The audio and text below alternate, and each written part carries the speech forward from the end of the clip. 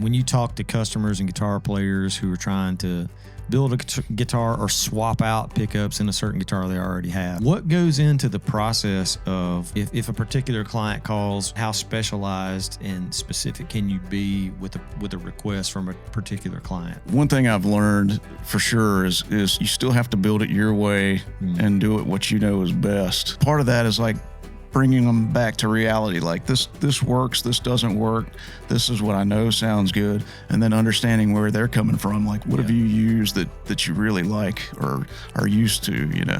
And then once you kind of understand their equipment and their gear and their playing style and things like that, then you can kind of get the conversation going and sort of guide them into the right pickup.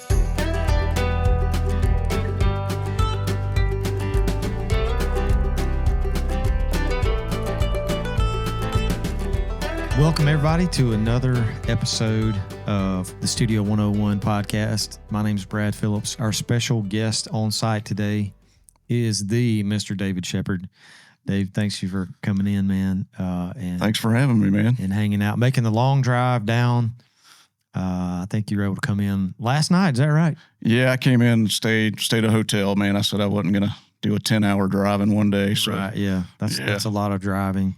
Yeah. And Dave, just so everybody knows, David is the owner of Brickhouse Toneworks. That's right. Yep. And one of the premier guitar pickup designers and builders in the United States. And we're honored to have you with us today, man, to talk shop a little bit. Thank you, man. I appreciate it. And thanks for having me. And last time was, we tried a podcast and things kind of changed immediately after, and anyway, I had to restructure the business and come up with a new name and everything, and then now I'm back. So that might be a good segue if you can talk about that. That might be something that if you want to hit on the pains of what you had gone through over the past year or two here, to let everybody know, maybe give everybody a heads up as to like, hey, this is what happened to me. Right. Don't do this, or hey, here's what I learned. Is that a good? That's good. Thing yeah. Maybe we could talk about. Yeah, absolutely. Yeah, I mean, anytime you go into a business for yourself, you do stupid things. Obviously, you start out, not really knowing where things are going to go and how to go about it. So you're learning as you go, and so I started out with a name after my last name, Shep, and rightfully so. I got sent a cease and desist and had to change the name. And out of all respect, I did. But, I was only 2 months in, and I'd already built a website and had merch and just kind of had a plan. And I had 30 days to start over and come up with a new name, new plan, and it cost a lot of money. Yeah. So I was like, okay. So I was sitting there, literally, I live on a lake. Mm-hmm. So I was sitting there looking at the lake, like I got to come up with a new name, new website, all this stuff. And I looked at the lake and I was like, oh, it hit me. Brickhouse. That's the name of the lake. Right. And so I named it after that lake, which is kind of a cool story. It's another kind of thing where that got destroyed in Hurricane Florence, drained out. And somebody bought the land across from it and rebuilt the whole lake and made it super nice again. So I kind of like that thought of like rebuilding and coming back, kind of fit together with the name. Love it. So there it was, Brickhouse, and had to get the website going. And anyway, it was chaos, and I had to basically go all in, but it was kind of that kick that I needed. Gotcha. Sometimes when you go through things like that, it's exactly what you need to focus and take the business exactly where you want to go. And it was really the best thing that ever happened. I mean, hands down, Well, in your defense, when you think about using your last name as a business name or any of that kind of in your defense, you just kind of take it for granted. Like, okay, well, I can just use this as my last name. And then suddenly someone's like, well, it's my last name too. And I'm going to claim ownership. I know. Yeah. These kind of things are strange the way they come up. Right. But, I guess the silver lining in all of it is that you found out early. That's right. And was able to catch it early kind of step back and able to reassess everything in a short amount of time instead of getting, 5 years down the road and finding out, hey, I'm going to have to change all this. I know. And, and there's going to be more hurdles as I go along, and, you just kind of deal with them and keep moving forward. But, it's the best move I ever made to go out on my own. I mean, I've been in the industry for a long, long time. I mean, I started out as a kid, right out of high school. I was, right in it. And, approaching 50, and I'm like, okay, now or never, let's do this. And let's talk about that a little bit. What was your journey that took you to a spot to where, one day you said, man, I would love to know how guitar pickups work. I would love to be able to design my own guitar pickups. What was there a moment in time where it clicked in your head and you're like, man, I'm really super interested in how this all works? Right. I mean, honestly, it all kind of happened by accident. I mean, I never really imagined I would be into making pickups or anything really. Because in high school, I played guitar, and I was completely not good at school. I hated school, and just didn't know what the heck I wanted to do. I had no college plans, anything like that.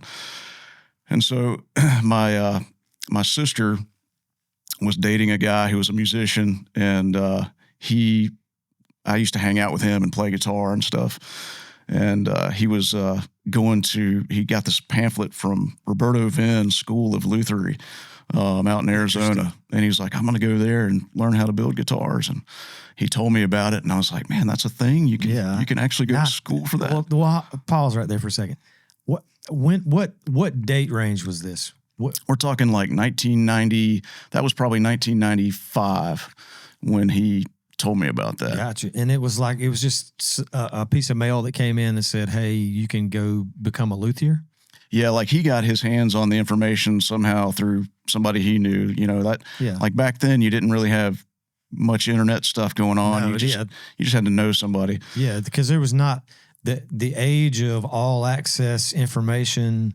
In 1995, it was on the fringe of becoming a thing where you could get on Google and do all things. Yeah. But yeah, I mean, it had to have been, an intentional thing to learn about this luthier school. So yeah, so he moved with my sister out there, and they lived in an apartment out there in Phoenix, and they ended up, going their own ways. And he came back, and he, was super excited about it.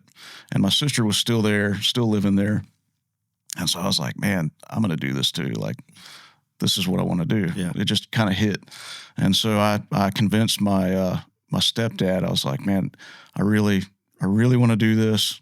I'm not going to college. I want to do this trade. And so he helped co-sign for the loan on that. And I went out there and lived on my sister's couch for 6-7 months in Phoenix and went to school. And that was like when it hit, like this is my people. This is what I want to do. Very cool. And, I kind of just all of a sudden felt part of a community, and I got real focused, and just learned how to do that, learned how to make pickups there. That was, they touched on that briefly. It was like, here's how you do it, but I never thought I was going to do anything with that. I thought I was going to build guitars and go that route. So I got out of there and came home and started looking for jobs in factories and things like that. And I ended up landing a job locally at a repair shop with a local repair guy. And he was kind of paying me under the table to help him do, grunt work and do sanding and prep stuff for him, Yeah. And I did that for a short period of time and really just got into that. I was like, this is money. Like, I can make money doing repair. Mm-hmm. And I started doing stuff for friends and everything, and that kind of evolved into an actual business where I was able to work part-time doing, whatever. And then I landed a job at a music store finally and was doing part-time sales and then doing repair. Yeah. And I got heavy into that and doing acoustic guitars and restorations. And all kinds of stuff. And then the pickup thing kind of came out of an accident that I had with a customer's pickup where I damaged it. It was a super distortion, and I nicked the coil and busted it. And I called him and I was like, man, I'm so sorry.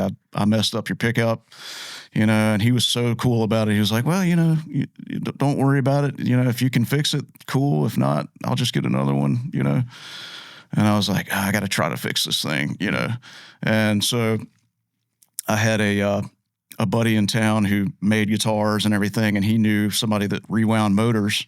And I got some wire and rigged up a drill and did a rewind on it and put the wrong kind of wire on. I think it was like 42 gauge wire when I think those were like 44 gauge or something. Yeah. So it was the wrong kind of wire, but I wound the coil, I made it work, and I felt like, man, this is cool. Like I just did something, and out of nowhere. Yeah, and he was happy, and so I started getting more into that. Like, okay, let me do some pickup mods and do wax potting of pickups and learn just kind of how they work and all that sort of stuff. And, before I knew it, I was making stuff for local people. So I got a machine and everything and started making things. And this was still back, this was late 90s at that point. And there was still... Well, tell everybody where home is. Tell everybody where your location was at that time. So Wilmington, North Carolina was where I was. I moved there in 97. So I basically, after Lutheran school, I went from Winston-Salem, where I grew up, mm-hmm. and then my parents moved to Wilmington, and I came there right out of Lutheran school. Still an Eastern North Carolina guy. Still Eastern North Carolina all the way, man. Yeah, and so yeah, through the late 90s there, I was in the music store, doing my thing, and then like I said, pickup parts and things like that weren't available, so it was all about who you knew. Yeah. The internet was still kind of new. There was nobody selling like StuMac or anything like that. Any of that stuff available? Those sites where you could grab parts and all that. Limited. Like you could maybe, like, there was All Parts and StuMac, and I think there was eBay. eBay, yeah. And that was if you were lucky, you could find some wire and things like that. But yeah.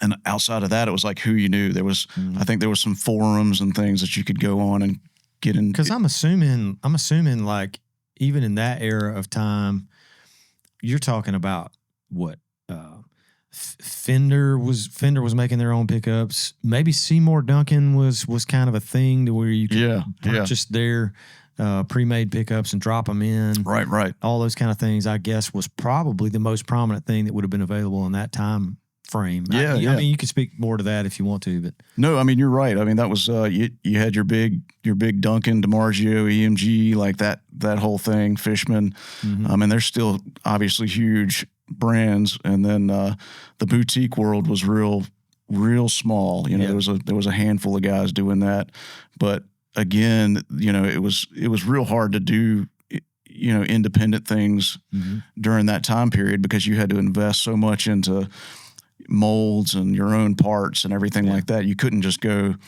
to some supplier and buy covers and whatever you needed to make pickups. It's probably a challenge to grab a piece of that market share, I guess, as well. Because I'm trying to think in my own mind. When I lived in Nashville, Joe Glazer did a mod for me on a Telecaster. Yeah, and he's a Seymour at the time. He was a Seymour guy, so like, he recommended a certain combination of Seymour Duncan pickups that we just dropped in, and he wired them, how we wanted him to wire them and all that kind of thing. Right. But the boutique, like the handmade boutique, I guess that's the right word for boutique. Handmade pickups were not really that prominent. So that would have been in the 97, 98 time frame. That's right. And it, the options, even when I was going to mod a guitar at that time frame, the options weren't wide and varied and vast. That's right. The Seymour thing was like, I mean, they were a little bit cutting edge with some of the varied options that they had available. Yeah. But, it wasn't one guy in a shop, working somewhere to build a pickup to your specific design at that time, That's right. Yeah. A lot's changed. And, a lot of people don't know my background, where I basically got called in to work for another company for several years and start up a whole pickup company and scale mass production and got really into just scaled production of pickups. Yeah. And part of that was getting parts all over the world. I was, supplying a lot of pickup makers too. Mm-hmm. And so that taught me so much about just the inside of the industry and what everybody was doing and how they were doing it. And, the business side of it, as far as, suppliers, who was the good supplier, who was reliable, all that kind of thing. And just, you have to know those things to be able to sustain, and then getting to know the customers really well. I mean, that was at the beginning was a big deal for me, and I think that's why I ended up going on my own. Was I feel like when you get so big, when things grow and become so big, and you start to put your products into big online dealers and things like that, you get further away from your customer. Yeah. And that connection goes away, and you're sort of isolated in your day job and day to day, and you just sort of lose passion for what you're doing, and things kind of get, It's a lot of pressure on a international supply scale, I would imagine. Because as you were saying, you were going from, local music store repair guy to kind of building some of your pickups on your own. Yeah. And then, I'm sure the buzz got out a little. Hey, there's a guy named Dave that can, he's got a pretty cool pickup right thing that he's doing. Yeah. For them to pick you up on at a bigger, I guess more. It's not corporate necessarily, but it's definitely a much bigger scale where when you moved into the like the design and production position that you moved into. Yeah, it is, and it was and a great company, great people. Mojo Tone, shout out, good company, right? And so did that for a long time, and COVID, I think, taught everybody a huge lesson about supply and demand. Yeah, that whole supply chain just wrecked for every industry out there. You know what I mean? You couldn't get anything. Labor was hard to come by, and everybody had money, and people, business was double, triple, quadruple what it normally should be. Yeah. And so that stress of just trying to make as much as you can with nothing was a lot. And then, like I said, that disconnection, everybody was isolated at home. And I think everybody just all of a sudden, now that we're out of that, has this need for just community and connection. And that's where I wanted to go with the Brickhouse thing, was to go into a just super high-end, detailed pickup company where I have that direct connection with the customer, and that's really been a huge thing for me. I've really enjoyed it, just being able to talk on the phone with people about what they have, what they need, and make exactly what they want, and then hear right back from them about it.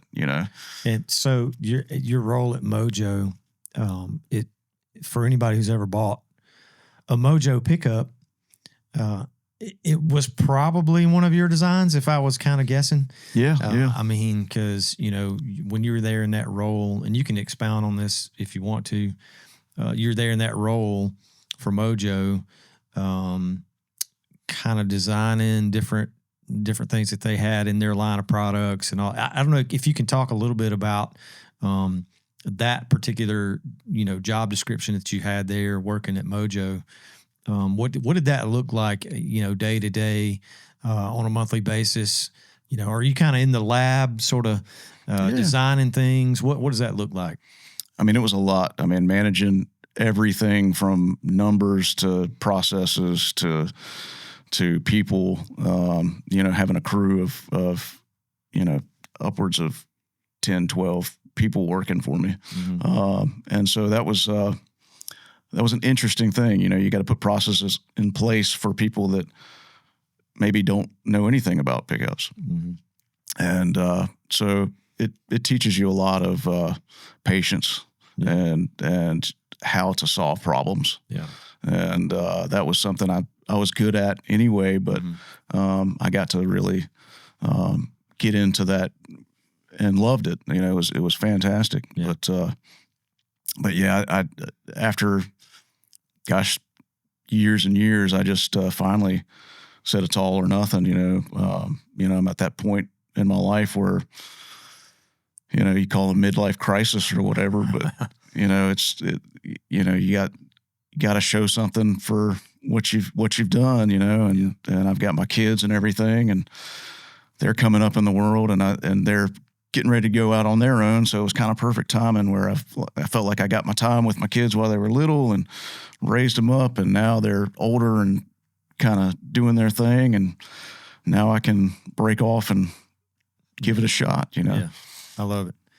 So let's talk a little bit about the thought process behind designing any particular pickup. Mm-hmm. You know, when you talk to customers and guitar players who are trying to build a guitar or swap out pickups in a certain guitar they already have. Yeah. I know the one-on-one conversations that you have with guitar players typically will involve, okay, I'm looking for this type of sound, this type of mid-range frequency, or this type of top-end frequency, all these kind of things. What goes into the process of, you know, if a particular client calls, are you winding a pickup specifically for that guitar only, just a one-off of that particular guitar? Or do you think of it like, here's my ideas and here's several of the pickups that I already have designed that I think will work for your particular request? Yeah. Like how much and how specialized and specific can you be with a request from a particular client? What goes into that process? I mean, so one thing I've learned for sure is to definitely, you still have to build it your way and do it what you know is best, but guide the customer into understanding what they really need. Because sometimes they'll say they want something, and then, you know, I've learned in the past, you wind exactly what they tell you, and then they get it and they're like, you know, it's not really what I thought. And you knew that, you know, like, it was like, I knew they wouldn't like it. Like, it's just not something that would sound that great, but I did it because they wanted it. Yeah. And so part of that is like bringing them back to reality. Like, this works, this doesn't work. This is what I know sounds good. And then understanding where they're coming from. Like, what's something that I can use as a reference? Like, what have you used that you really like or are used to, you know? And then once you kind of understand their equipment and their gear and their playing style and things like that, then you can kind of get the conversation going and sort of guide them into the right pickup. And so I've been really successful at doing that, and, you know, working with a lot of really, you know, top musicians and everything has taught me a lot, you know, because these guys, you know, they got to sound good in the studio. They got to sound good live. They want something that cuts and that sits right in the mix. And, you know, it's all about, at the end of the day, if you're going to put your brand on it, it's got to be awesome, right? You know? And so that's how I do it, you know, just kind of an open conversation, but also controlling it to make sure that I'm still putting something out there that I'm really, really confident and proud of, you know. Can you give us any particular artists that you've worked with lately or worked with over the years that are playing your pickups right now? Yeah, I mean, so I was real lucky to work with a lot of rock stars back in the day. I worked with, you know, Alex Lifeson and Billy Joe Armstrong and Jack White, and did stuff with, you know, the band Mastodon, and, you know, just made a lot of friends and got to design some cool stuff. Yeah.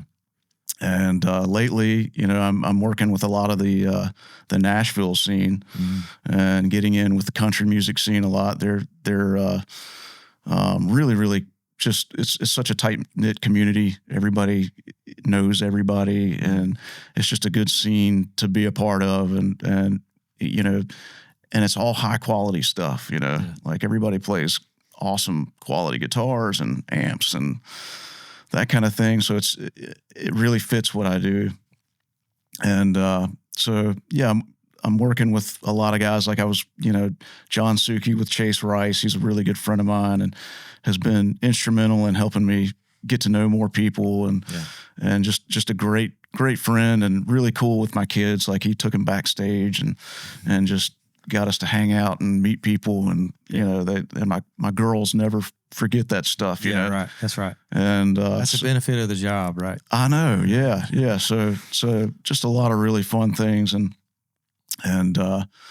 so now I'm, doing some projects. I've got a bunch of big names I'm working with that I can't say yet. I got you. That are coming down the pipe. But I've, as far as just certain players right now, started working with Ella Langley's guitar player, Ben, and doing some things with him. And yeah, she's kind of popular right now. Yeah. I'm not, in this time frame we're talking about right now, Ella's pretty hot right now as far as the airplay and the charting goes right now. Yeah. Touring, she's on the road touring a bunch too. I know. So that is exciting. And working with the boutique guitar companies, I do a lot of stuff with those guys, Mario guitars and Revelator guitars and, all these boutique brands, they'll call up and get some pickups made. And some of them I do to their spec, or some of them are just pickups that I already make. You ever heard of a brand called Sugar? And Sugar guitars, of course. Yes. Yeah. Sugar. Yeah. I mean, and Donnie, dude, he was, awesome friend and totally instrumental too in getting me connected with other brands. So yeah, awesome. And, so that's just kind of what I'm building off of right now is getting connected with more boutique brands and more artists and having that direct connection with customers, it's, in whether it's the music industry or the boutique pickup industry or whatever you're in, the networking side of things is vitally important. That, I think some people realize, but then maybe some people don't really realize how vitally important it is that, if you get connected with one guitar player in Nashville that's really, really digging your stuff. Yeah. They're gonna share your name and get the word out. Yeah. You're gonna get some more customers out of that. Right. And generally, to me, in my mind, that works as a great business model. I know. Yeah. It is free advertising. Plus, it's a customer review. It's a hands-on customer review of your product.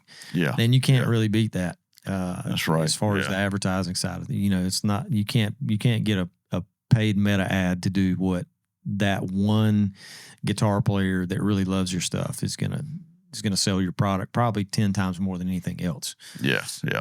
I don't know if you've experienced that in the past, but even here at the studio, word of mouth, referrals are totally vital. That's everything. To what we do. Yeah. Yeah. I mean, that's really, goes back to that whole connection with the customers. I mean, they are your advertising, and the more the more people and the more people you connect with, that's how your business succeeds. And of course, you got to have the product and everything to back it up. But yeah, getting into this business is hard. I mean, this is probably one of the hardest industries to be in. Mm-hmm. You have to pay your dues for a very, very long time. You can't just overnight say, I'm going to be a recording engineer or a pickup maker or a guitar builder. You have to go out there and earn it and get trust for it. And it's not just fun and passion, it's business, and there's that whole side of it that people don't think about. Sometimes you get a cease and desist letter and you have to figure that out. I know, right? Yeah, you got to start over. Unfortunately, I know, and that was, like I said, the kick that I needed to just say, let's just go focus. Like I, had to build a website and everything from scratch and just did it. And man, it made me better off. You know? Yeah. It'll give you a different kind of drive when you have to make it happen. You know, when you see what's laid out before you, and you're like, man, I'm the guy that's responsible for all this. I've got to make it happen. Yeah. It gives you a different kind of drive. And your kids do too. I mean, I was like, Donnie and I were talking about that. It's like your kids, especially mine being older, you know, they look at you and say, well, how are you going to handle this? You know, what's dad going to do? Is he going to fold, or is he going to push forward? You know, and you got to set that example. So, and that was a huge pressure for me. It was like, okay, you know, I can't let down the kids, the family. Like I'm making this happen. I built this my whole life, and here we go. Yeah, so totally understand, man. Yeah. What, let's talk about kind of the products that you have available right now. Tell me about like the line of products that you have available. Like if you wanted to go on the website right now and purchase, give us some kind of idea, you know, from a guitar player standpoint, like what are some things that you have available that, you know, any guitar player needs to go check out like right now? So my top selling stuff right now, I do a hum canceling, humbucker sized P90. Gotcha. Which is really, really cool. And I spent a long time getting that right, like to where it's got the top end grit and clarity and mid-range push and rolls back and cleans up like a P90. Like getting it to sound like a P90 is not easy. And without the hum though, yeah. Without the hum, yeah. And I feel like I've, you know, perfected that. You know, I figured out what materials work together and what specs make it sound the way it's supposed to sound, the design, everything, and without the compromise. And that's, you know, something that I'm real proud of. And then there's, you know, the regular size P90s that I do the same way. And those are super popular. I mean, P90s are the noisiest single coil out there. So if you can get a P90 to sound like a P90 without the noise, it's like a win-win. Right. You know, and they just sound right. They're vintage. They've got that, you know, that warmth, that punch, clarity, the whole package. And then and I do USA sourced parts and materials too. So it's like really high quality covers and base plates and magnets and all that kind of stuff. And then put in detail in the build. So it's like you see my price point and you're like, he's more expensive, but you look at what I put into it as far as detail, it's like, okay, yeah, you know, you open up the box and it's like perfect. Yeah. You know, there's no flaws or misalignments or frayed wires or anything like that. It's like, you know, it just looks like somebody took their time and made it right. So that brings me to another question that I was thinking about. That particular hum cancel P90 that you have, like how long does it physically take to build that one?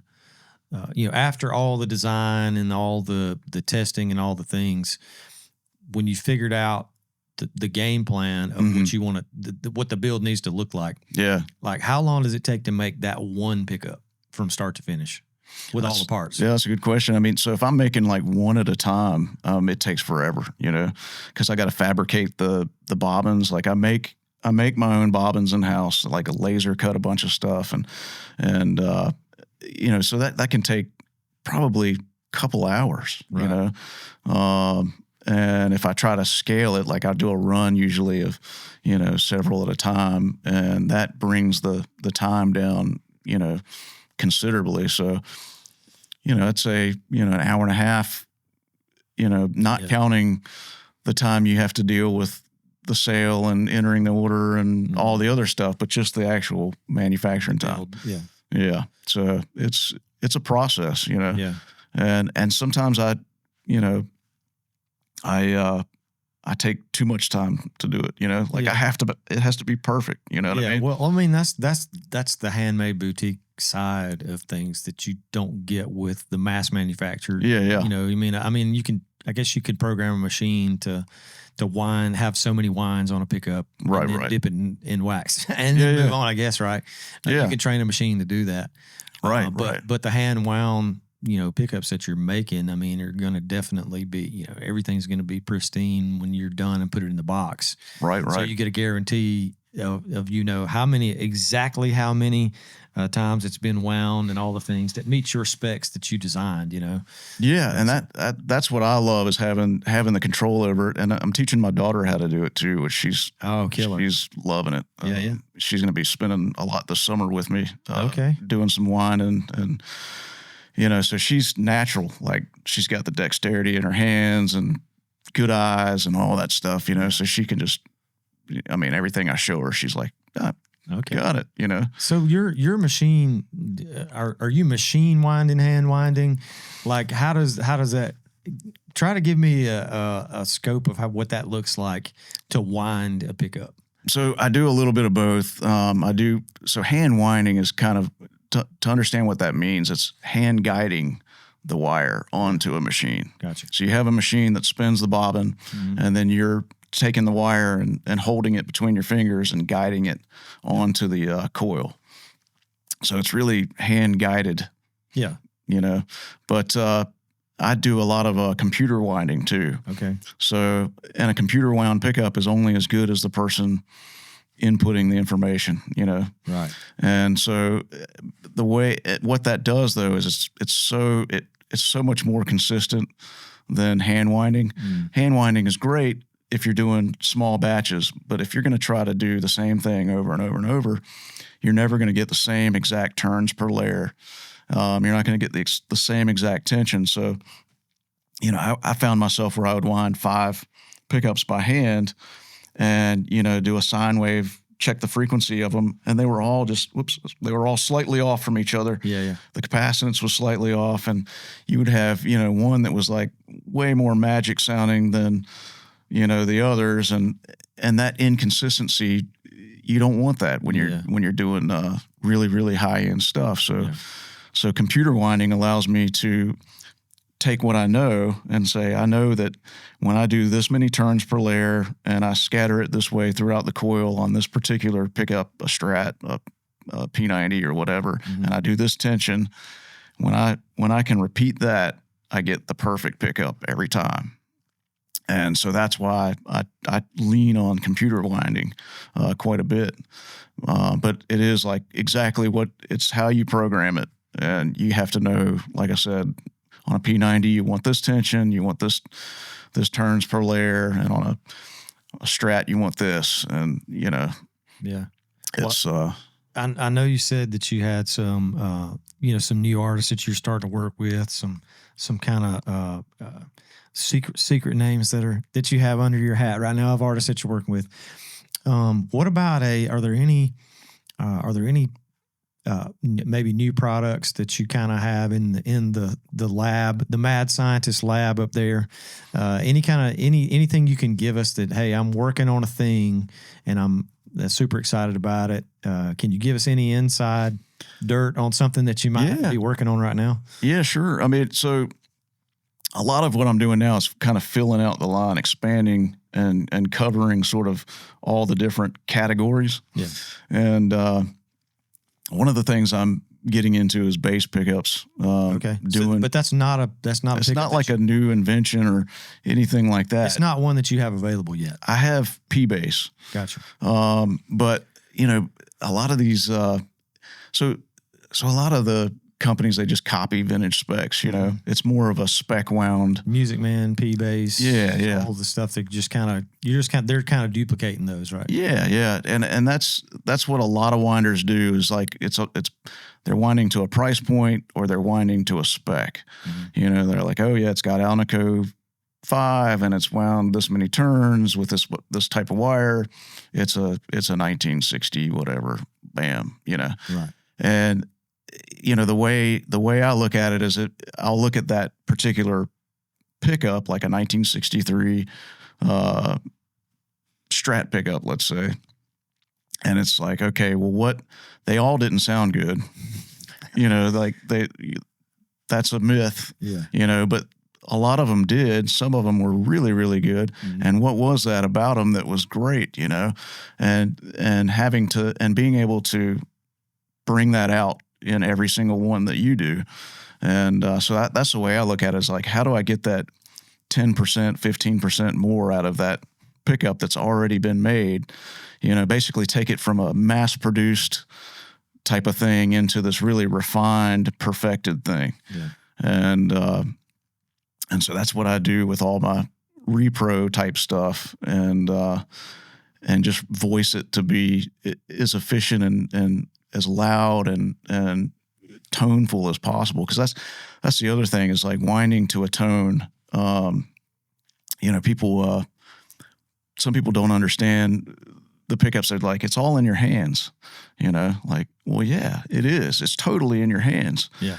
But your pickup is sort of that median, that translator between your hands and the amplifier. Yeah. And so if you have a pickup that's kind of filtering it too much, or maybe it's too hi-fi and too open sounding, you're having to do something to compensate for that. It's messing up your playing. Maybe you're having to play a lot harder, or try harder to get the tone to happen, or use other things to make it happen. And some people don't put two and two together and think, well, the pickup is kind of holding me back here. Right. Yeah. And so that's where I come in, is like, let me make it breathe. Let's make that translation happen. Yeah. Nice. Let's get the tone and smooth sound and the notes bloom and sustain and all the things that you want, where you're not. One of the things I wanted to ask you before we wrap up as well is like, what does the future look like for guitar pickups? You were talking about the 60p bass pickups and all the things that have been reproduced a million times over a bunch of different companies. How much room, I guess my thought process is, how much room is there in this field that you're in for expanding on the awesome tones that everybody loves from a certain pickup in the 60s or whatever it is? How much room is there for people to be open to, like, okay, here's a new thing. Like, this is a new thing that sounds amazing, but you haven't, it's not widely used yet. Like, right. How open are we in your industry to, like, bringing something new to the table? That could be a game changer. It could be a new type of tone. It could be a better tone. It could be, you taking the P90 and taking the hum out. How much room is there for people being open to something new, something different, a different approach? Like, I know that's a difficult question, but I mean, like, it's a thing that I think guitar players worldwide, they're always chasing after that. 1970 Les Paul or 1960 P or whatever. Right, They're chasing after that thing that's been done 100 times. Mm-hmm. What are we looking at as far as bringing something new to the table? That's a great question. I mean, obviously the younger generation's much more, they're embracing technology a lot more than I'd say you and I do.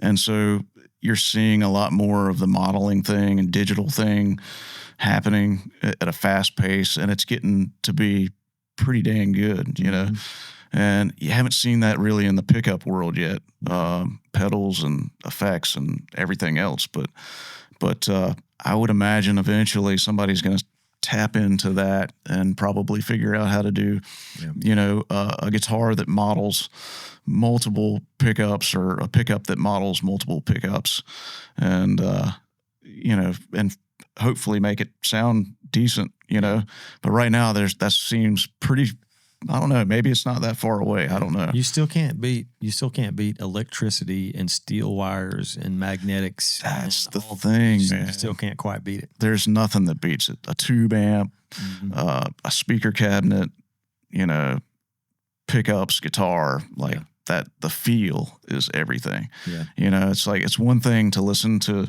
something that sounds like a radio versus being in front of it and feeling it, and I don't know if people are going to change from that completely. And that's why I'm going to continue doing what I know best, Love it. Yeah. Stay old school. Yeah. I hear you, man. Yeah. Well, Dave, as we wrap up, man, give everybody your info on how they can contact you, how they can purchase pickups, all your social media addresses, all those things, man. Let us know, let people know how they can contact you. Of course. So Brickhouse Toneworks, it's brickhouse.tone.com. And you can follow me on Instagram, Brickhouse Toneworks, and Facebook and YouTube. Just search Brickhouse Toneworks and give me a call, and I'll help you out. I'll make you sound good. I'll get that tone in your head. I love it. Yeah, man. I love it, man. Well, Dave, thank you so much for coming all the way down this way to hang out with us. Always enjoy having you down, whether we're recording a podcast or just hanging out. It's great to have you in the studio today, man. And appreciate your time and your expertise. And if you guys are out there, you're a guitar player, check out Dave's stuff. He's one of the best builders in the United States, and his product proves that over and over and over again.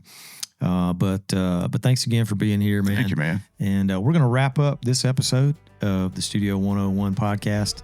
And you guys take care. We'll see you next time on the next episode.